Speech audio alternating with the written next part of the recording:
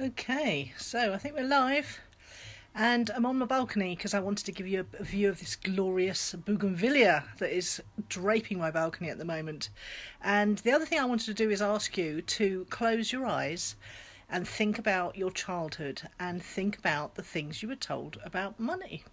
Because we were all told a load of old lies about money, passed on in perfectly good faith by our parents who believed those lies themselves.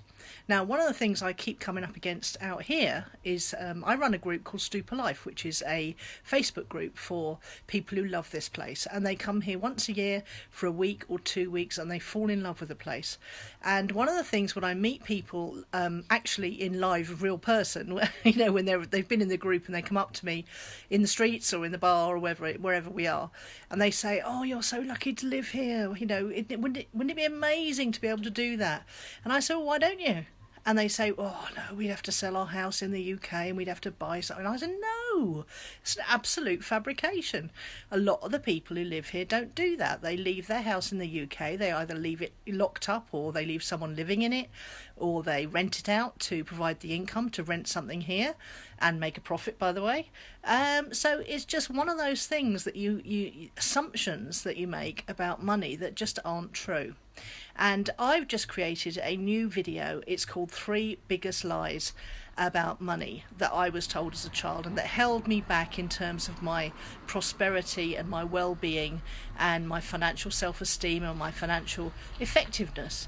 And I'd like to offer you this video, and you can find it by going over to threebiggestlies.com.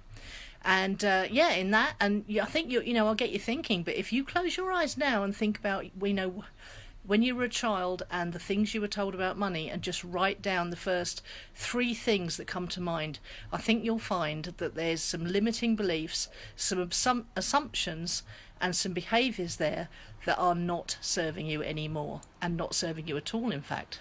So check out my three biggest lies at threebiggestlies.com and let me know your biggest lies that you were told, perhaps in good faith by your parents, but the things that you think might have been holding you back. Pop them in the comments below and let's have a good old chat.